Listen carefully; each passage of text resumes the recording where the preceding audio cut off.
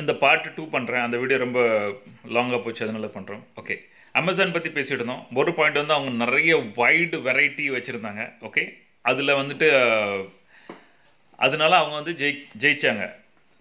அது 25 வருஷம் லாஸில் இருந்தாங்க, அதுக்கப்புறம் ஜெயிச்சாங்க. ஓகே, ஒன்று. ரெண்டாவது வந்துட்டு நிறைய நிறைய வெரைட்டி வச்சுருந்தாங்க செலெக்ஷன் பண்ணதுக்கு. இன்னொன்று வந்து ரொம்ப சீப்பான ரேட்டு வச்சுருந்தாங்க. ரொம்ப சீப்பான ரேட்னா எவ்வளோ குறைய ரூபாய்க்கு வேணுமோ அது கிடைக்கும். நான் உங்களுக்கு ஒரு இது காட்டுறேன். இப்போ பாருங்க, இந்த இந்த இந்த இது வந்து நான் அமேசான்லேருந்து வாங்கினேன். ஒரு நல்ல வால் மாதிரி இருக்கும் இல்லையா, அதில் இன்னும் நிறைய பொருள் வைக்கணும். இது சும்மா இப்போ தான் வச்சுருக்கேன். இந்த பொருளாக வச்சதுக்கப்புறம் காட்டுறேன். சீப்பான பொருள் கொடுக்கறது இவங்களோட முதல் நோக்கம். ஓகே, ரெண்டு, டிமார்ட் உங்களுக்கு பார்த்துருப்பீங்க. டிமார்ட் சூப்பர் மார்க்கெட்லாம் ஏன் இவ்வளோ ஃபேமஸ் ஆகுது? இந்த கிரானா கடை, பலசரக்கு கடைகளில் வந்து இப்போ வந்து நிறைய ஃபேமஸ் ஆக மாட்டேங்குது அப்படிங்கிறதுக்கு நீங்கள் பார்த்தீங்க அப்படின்னா, டிமார்ட் வந்து அவங்க அவங்க அவங்க ஒரு குறிக்கோள் என்ன தெரியுமா? எவ்வளோ சீப்பாக, எவ்வளோ குறைய ரூபாய்க்கு நல்ல பொருள், எவ்வளோ குறைய ரூபாய்க்கு நல்ல பொருள் கொடுக்க முடியுமோ அப்படிங்கிறது அவங்களோட முதல் நோக்கமே. அதுக்காக தான் அவங்க ஃபுல்லாக பாடுபட்டு இருக்காங்க. ஸோ அப்போ ஜெயிக்கிறது உறுதி. இப்போ நானும் ஒரு ப்ளூடூத் ஸ்பீக்கரு எங்கே இருக்குது இல்லை, ஒரு ப்ளூடூத் ஸ்பீக்கர் வாங்கிட்டு வந்தேன். ஓகே, இந்த ஸ்பீக்கரு இது வந்து 1000 rupees. வீடியோவில் ஏதாவது நான் ஆடியோ கேட்டுட்டு இருப்பேன், பாடம் கேட்டுட்டு இருப்பேன், அதெல்லாம் எனக்கு இது 1000 rupees. இது ப்ளூடூத் ஸ்பீக்கர் எங்கே போய் வாங்கினாலும் சரி ஏதாவது ஒரு ரேட் இருக்கும். சரி, அப்படி வாங்கிட்டு வந்தாலும் அது ஓடுமா ஓடாதா அது தெரியாது. ஆனால் இது குவாலிட்டியாக இருந்துச்சு. இது இருக்குது எங்கே? இந்த சூப்பர் மார்க்கெட்டில். இப்படி பண்ணும்போது யார் இந்த பொட்டி கடையிலலாம் போயிட்டு வாங்குவா சொல்லுங்க? யார் ஒவ்வொரு கார்னர் கிணறுலாம் போயிட்டு யார் வாங்குவா சொல்லுங்கள்? வாங்க மாட்டாங்க. ஸோ குவாலிட்டி பொருள் கொடுக்கறது வந்து ரொம்ப ரொம்ப முக்கியம். உங்களோட வேல்யூ நல்லா இருந்துச்சுன்னா, நீங்கள் கொடுக்குற வேல்யூவில் தான் மெயின் இம்பார்ட்டண்டாக இருக்கணும். ஓகே, ஸோ அமேசானில் ரெண்டாவது பாயிண்ட் வந்து அவங்க நிறைய வைடு செலெக்ஷன் கொடுத்தாங்க, ரொம்ப சீப்பான பொருள் கொடுத்தாங்க. அதே மாதிரி குறைய ரூபாய்க்கு உங்களுக்கு வந்து டெலிவரி ஆகும். குறைய ரூபாயிலே உங்களுக்கு வந்து வீட்டுக்கு சரக்கு வரும். டெலிவரி சார்ஜஸ் எக்ஸ்ட்ரா வராது. அதுவும் நீங்கள் ப்ரைம் மெம்பர் அப்படி இப்படிலாம் உண்டு. அது ஆகிட்டிங்கன்னா உங்களுக்கு அது கூட ஃப்ரீ. அது கூட நிறைய படம் பார்த்துக்கலாம், மியூசிக் அதுக்கெலாம் நிறைய இருக்குது. நான் அதை யூஸ் பண்ண மாட்டேன், பட் அது கூட அந்த இது உண்டு. ஸோ எவ்வளோக்குள்ளே கொடுக்க முடியுமோ கொடுத்து கஸ்டமர் அவங்கள விட்டு எங்கேயுமே போக மாட்டாங்க. அந்த சைட்டை தவிர நீங்கள் வேறு எந்த சைட்டில் போனாலும் சரி ஒரு கொடூரமான எக்ஸ்பீரியன்ஸ் இருக்கும். இப்போ நான் நிறைய தடவை இன்னும் 2-3 சைட்டில் வாங்கி பார்த்தேன். அது எல்லாம் ரொம்ப பயங்கரமான பேட் எக்ஸ்பீரியன்ஸ். ஓகே, வெளியே போக வேண்டிய தேவையில்லை, இங்கே உட்காந்து எல்லாம் ஆன்லைனில் நீங்கள் பர்ச்சேஸ் பண்ணிக்கலாம். ஓகே, 2. அப்புறம் வந்து ஃபாஸ்ட்டாக டெலிவரி பண்ணுறது. எல்லாரை விட ஃபாஸ்ட்டாக டெலிவரி பண்ணுறது. இன்றைக்கி சொன்னீங்கன்னா இன்றைக்கி வரும். Okay, same day delivery. கூட 50 ரூபா 100 ரூபா கொடுத்தா வீட்டில் வந்து கொடுத்து போங்க. Next day delivery. அதில் போடும்போது கூட காலைல 9 மணிக்கு உங்கள் வீட்டுக்கு வந்துடும். ஓகேவா? அப்படிமா இந்த பொருளுக்கு 9 மணிக்கு வீட்லையா, பரவாயில்லையா, அதை ஹைலைட் பண்ணி வச்சுருப்பாங்க. ஸோ அவங்களோட குறிக்கோள் என்ன? எல்லாரோட ஃபஸ்ட்டாக வரணும், எல்லாரோட பெஸ்ட்டாக வரணும், எல்லாரோட சீப்பாக வரணும். அதுதான் அவங்களோட மெயின் குறிக்கோளாக இருந்துச்சு. ஸோ என்றைக்கு நீங்கள் வந்து ஒரு நல்ல குவாலிட்டி, நல்ல பெஸ்ட்டு விஷயம் கொடுக்கணும்னு நீங்கள் நினச்சிட்டிங்களோ, அப்போ கண்டிப்பாக உங்களை யாராலையும் தோக்கடிக்க முடியாது. உங்கள் எண்ணங்கள் கரெக்டாக இருக்கணும். அடுத்தவங்க வாழ்க்கையை முன்னேற்றது தான் உங்களோட மெயின் குறிக்கோளாக இருக்கணும். அப்போ தான் நம்ம ஜெயிக்க முடியும், நீங்கள் வந்து ஜெயிக்க முடியும், மற்றவங்களுக்கு சந்தோஷத்தை கொடுக்க முடியும். அதே மாதிரி நீங்கள் ஆப்பிள் எடுத்துக்கிட்டிங்கனாலும் சரி, அவங்களும் இருக்கிறதுலே குவாலிட்டியான சூப்பர் ஐட்டம் கொடுக்கணும் மட்டும்தான் இருப்பாங்க. ஓகே, ஸோ எல்லோரும் நினைப்பாங்க ஆப்பிள் வந்து வச்சுக்கிட்டா அது வந்து பெருமை தேடுற மாதிரி, ஸ்டேட்டஸ் காட்டுறது, மற்றவங்களுக்கு வந்து ஆப்பிள் இருக்குது அப்படின்னு காட்டணும் அப்படின்னு நினைப்பாங்க. ஓகே, ஆனால் ஆப்பிளோட பெருமை என்னன்னு பார்த்தீங்கன்னா, நீங்கள் அது மற்றவங்களுக்கு காட்டுறதுக்காக வைக்கிறதில்லை. அதனால நமக்கு கிடைக்கிற நன்மைகள், அதாவது நம்ம யோசிக்கிறதுக்கு முன்னாடி அது செய்யும். ஆச்சரியமாக இருக்கும். எக்கச்சக்க விஷயங்கள் இருக்குது. இப்போ ஸ்டீவ் ஜாப் மட்டும்தான் மக்களுக்கு வந்து நம்ம மக்கள்கிட்ட ரிசர்ச் பண்ணுவோம், மக்களுக்கு என்ன தேவை அப்படின்னு வந்து எல்லா கம்பெனியும் டேட்டா ரிசர்ச் பண்ணுவாங்க.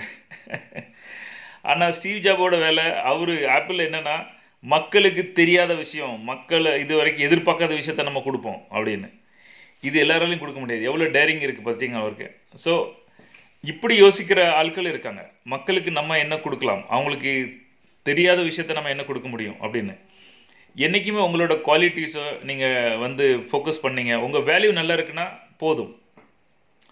இப்போ நான் ட்ரைனிங்கில் சொல்லும்போது எல்லார்கிட்டையும் நான் மொத்தமாக பணம் வாங்க மாட்டேன், மாதம் தான் வாங்குவேன். ஏன்னா அவங்க எப்படி எனக்கு தெரியணும், நான் எப்படின்னு அவங்களுக்கு தெரியும், நம்ம கதை ஓடுமா ஓடாதான்னு தெரியணும் அப்படின்னு. ஏன்னா எனக்கு வந்து ரிசல்ட் கொடுக்கணும். ட்ரைனிங்கில் வந்து நீங்கள் என்ன நினச்சிட்டு வரீங்களோ அந்த ரிசல்ட் கொடுக்கணும். இதில் 2 பேரும் தப்பு பண்ணலாம். ஓகே, ஒன்று நீங்கள் எனக்கு செட் ஆகாமல் இல்லை, இல்லை நான் உங்களுக்கு செட் ஆகாமல் இருக்கலாம்.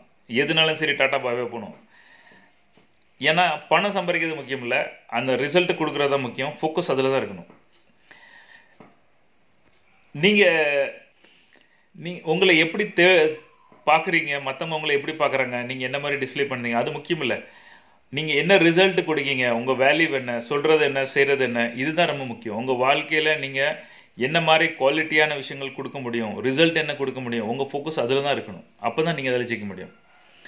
நிறைய பேர் வந்துட்டு நிறைய மேல்டால இன்னைக்கு இது பண்ணிட்டேன், நாளைக்கு அது பண்ணிட்டேன், அவங்க அந்தந்த சக்ஸஸ் தான் பெருசாக நினைப்பாங்க. இன்னைக்கு நாளைக்கும் ஜெயிக்கிறது முக்கியம் இல்லை. இன்றைக்கி ஏதாவது பொய் சொல்லி ஏமாற்றலாம். நிறைய பேர் நெட் மார்க்கெட்டிங்கில் வந்து பொய் சொல்லி இன்வைட் பண்ணுவாங்க இல்லையா. ஆனால் எப்படி பொய் சொல்லி இன்வைட் பண்ணலாம், பொய் தானே இல்லையா, நாளைக்கு இல்லை தெரிய வரும். அப்போ ஜெயிக்கிறது கஷ்டமாக இருக்கும். பொய் சொல்லாமல் உங்கள் வேல்யூவை காட்டினீங்க, நீங்கள் யார், உங்களோட ரிலேஷன்ஷிப் என்ன, நீங்கள் என்ன மாதிரி அவங்க கூட ஃப்ரெண்ட்ஷிப் இருக்கீங்க, உங்களை நம்புற ஒரு ஆளாக இருந்தால் யாருனாலும் கண்ணை மூடிட்டு உங்க கூட வருவாங்க. நீங்கள் ஒரு நம்பரான ஆளாக தான் இருக்கணும். ஸோ ஃபோக்கஸ் ஃபுல்லாக வேல்யூ கொடுக்கறதுல இருங்க, டிஸ்டர்ப் ஆகாமல் இருக்கிறதுல பண்ணுங்கள். நான் யூடியூப் வீடியோ பண்ணுறேன், ஆனால் யூடியூப் பார்க்காதன்னு சொல்கிறேன். நீங்கள் அந்த ஆப்பில் கூட வெளியே வரலாம், ஆப்லேருந்து கூட வெளியே வந்துடுங்க. ஏன்னா எப்போவாவது ஒரு விஷயம் தேவைப்படுதுன்னா அதில் போய் தேடி பார்த்துட்டு வெளியே வந்துடுங்க. அதுக்கு மேலே அதில் இருக்காதீங்க. நான் வந்து ஃபோனை வந்து ஒரு வைரஸ் மாதிரி பார்ப்பேன். ஐயோ இதை தூக்கணுமா, ஏன்னா எப்போ பிடிச்சி ஒட்டிக்கிடுவோம், எது நம்மளுக்கு எங்கே இழுத்து கொண்டு போகும் நமக்கு தெரியாது அப்படின்னு. ஸோ அந்த டிஸ்டர்பன்ஸ்லேருந்து பாருங்கள். இமெயில் வந்து கண்ட இடத்துலலாம் உங்கள் இமெயில் ஐடி போடாதீங்க. திரும்ப இமெயில் வந்துட்டுருக்கோம். உங்கள் நம்பர் நிறைய பேர் கொடுத்து உங்கள் வாட்ஸ்அப் என்ன திடீர்னு ஏதோ குரூப்பில் ஆட் பண்ணி விட்ருவோம். நான் ரிப்போர்ட் பண்ணிவிட்டு குரூப் போட்டு வெளியே வந்துடுவேன். அதுமாதிரி நிறைய பேர் WhatsApp forward message, good morning, கொள்கைகள், பரப்புகள், இந்த மாதிரி நிறைய ஃபார்வர்டு மெசேஜ் எனக்கு தயவு செய்து அனுப்பாதீங்க, ஏன்னா நான் என் வேலை டிஸ்டர்ப் ஆகும் அப்படின்னு சொல்லுவேன். ஆனால் நீங்கள் என்ன வேலை பார்க்கிங்களோ அதை பொறுத்து இருக்கு. உங்களுக்கு நிறைய நண்பர்கள் வேணும்னா கண்டிப்பாக நிறைய குரூப் இருக்கும். ஆனால் உங்கள் வேலையை விட்டு வெளியே வராதிங்க. உங்கள் டிஸ்டர்பன்ஸ் ஆகாமல் பார்த்துக்காங்க. அதில் ஃபோக்கஸ் இருங்க, உங்கள் வேலையில் ஃபோக்கஸ் இருங்க. நீங்கள் செய்கிறது ஒன்று, சொல்கிறது ஒன்று, செய்கிறது ஒன்று. எப்படி இருக்கணும், உங்களோட நோக்கம் என்ன, அது ரொம்ப முக்கியம். நீங்கள் மற்றவங்க நன்மைக்காக, மற்றவங்களுக்கு உதவி பண்ணதுக்காக எது செய்கிறீங்களோ அதுதான் உங்களோட மெயின் குறிக்கோளாக பண்ணணும். நீங்கள் மட்டுமே சக்ஸஸ் ஆகணும், நான் மட்டும் பெருமையாகணும் அப்படின்னு நினச்சி நம்ம மூவ் பண்ணுற எந்த விஷயமும் நம்ம சக்ஸஸ் ஆக முடியாது. ரைட். ஸோ என்னோட நோக்கம், நான் யூடியூப்பில் வரக்கூடாதுன்னு பார்க்காதீங்கன்னு சொல்லி நான் யூடியூப் போடுறதும், அதே மாதிரி ஃபேஸ்புக்கில் நிறைய ஃபேஸ்புக்கில் ஃபன்னியாக நிறைய போடுவேன், ஃபேமிலி மேட்டர்ஸ்லாம் போடுவேன். எனக்கு எந்த பயமும் இல்லை, சும்மா எல்லாம் ஷேர் பண்ணுவேன். அது ஒரு ஃபன். ஓகே. ஸோ என்னோட எண்ணம் என்ன, என்னோட நோக்கம் என்ன, எந்த வீடியோவாவது ஏதாவது வந்து உங்களுக்கு பெஸ்ட் என்டர்டெயின்மெண்ட்டை சூப்பராக கொடுக்கணும் அப்படிங்கிறது எனக்கு என்ன கிடையாது. கொடுக்கணுங்கிறது முக்கியம். அது புரிஞ்சுக்கிடணும், புரியாதவங்க விட்டுட்டோம். என்கிட்ட வந்து சஜஷன் பண்ணுற கதைகள்லாம் பண்ணுவாங்க. சரி, அவங்கள பாவம் விட்டுருவோம், அவங்களுக்கு தெரியாது நம்மளை பற்றி. உங்கள் நோக்கம் இல்லாமல் மற்றவங்களுக்கு எப்படி நீங்கள் வேல்யூபிளாக இருக்க முடியும்னு பாருங்கள். வேல்யூவாக நீங்கள் மற்றவங்களுக்கு ஹெல்ப் பண்ணுற மாதிரியே, மற்றவங்களுக்கு யூஸ்ஃபுல்லாக இருக்க மாதிரி எந்த விஷயமும் நீங்கள் இருந்தாலும் கண்டிப்பாக நீங்கள் ஜெயிக்க முடியும். டிஸ்டர்பன்ஸ்லேருந்து வெளியே வாங்க, ஃபுல் ஃபோக்கஸ்டாக வேலை பாருங்கள். இன்னும் நெக்ஸ்ட் லெசனில் நெக்ஸ்ட் வீடியோவில் சந்திப்போம். என்னோடய வீடியோஸில் வந்து நிறைய பேர் கிட்டத்தட்ட எனக்கு ரிசர்ச் வந்து காட்டும். யூடியூப் உங்களுக்கு வந்து 60 பேர் விசிட் பண்ணுறாங்கன்னா 37 பேர் சப்ஸ்கிரைப் பண்ணாதவங்க தான் விசிட் பண்ணிட்டு போகிறாங்க. அவங்களுக்கு தெரியல உங்கள் சேனலை சப்ஸ்கிரைப் பண்ணணும் அப்படின்னு. அது அவங்க தப்பு, நான் என்ன செய்ய முடியும்? அதுக்காக நான் அப்படிலாம் சொல்ல முடியாது இல்லையா. நீங்கள் எந்த விஷயத்தில் இருக்கீங்களோ அதை மாறாதீங்க. உங்களோட குறிக்கோள் ஃபுல்லாகவே மக்களுக்கு ஹெல்ப் பண்ணுறதா இருக்கட்டும். எந்த நோட்டிஃபிகேஷன் பட்டனும் அமுக்காதீங்க யூடியூப்பில். அந்த கிளிக்னு வரதெல்லாம் பண்ணாதீங்க. உங்களுக்கு எப்போ தேவையோ அப்போ ஃபோனை பாருங்கள். நான் கிட்டத்தட்ட ஒரு 3 மணி நேரம் ஆகிட்டேன் நான் ஃபோனை பார்த்து. ஃபோனை இது பார்த்துட்ருக்கேன். நான் ஃபோனு எந்த நோட்டிஃபிகேஷன், வாட்ஸ்அப் மெசேஜ் எதுவுமே எனக்கு தெரியாது. நான் எப்பவும் ஃப்ரீயாக இருந்தோம் அப்போ போய்ட்டு ஒரு 1/2 மணி நேரம் உட்காந்து பார்ப்பேன். மெயினாக இம்பார்ட்டன்ட் என்ன ரிப்ளை பண்ணுவோம், கத்தம், அவ்வளோதான். ஸோ ஃபோக்கஸ்டாக இருக்க பாருங்கள். உங்கள் குறிக்கோள் என்ன, வாழ்க்கையில் என்ன பண்ணணும் அதில் ஃபோக்கஸ் பண்ணுங்கள்.